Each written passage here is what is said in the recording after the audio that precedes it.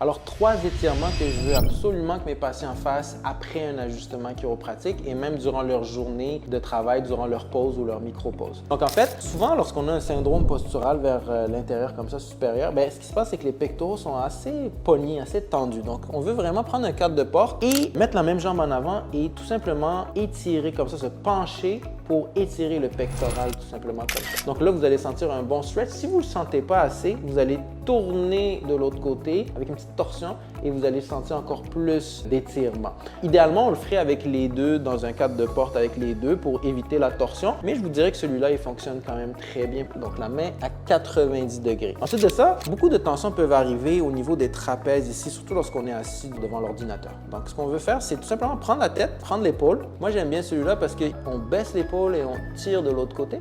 Ça fait du bien. Et on peut faire la même chose avec l'autre épaule, mais toujours ne pas oublier de baisser l'épaule en même temps. D'accord? Donc, c'est pas juste un stretching comme ça, c'est vraiment une traction, une distraction au niveau de certains muscles, des trapèzes, des scalènes, etc.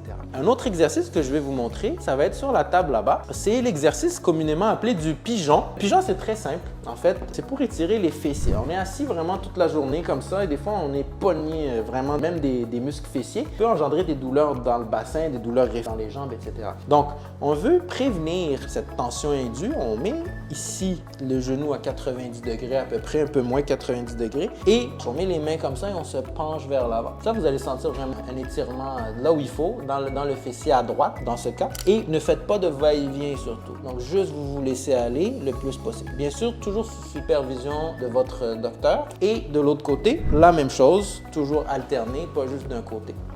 Et vous vous penchez vers l'angle et le triangle que ça fait, la flèche que ça fait. Très bien. Et pour ça, pour environ 30 secondes. Ne faites pas ça à la maison sans l'aval de votre chiropraticien. Donc, si vous avez des questions là-dessus ou si certains exercices sont un peu plus malaisants, n'hésitez pas à m'en parler ou me l'écrire en commentaire ou à me contacter.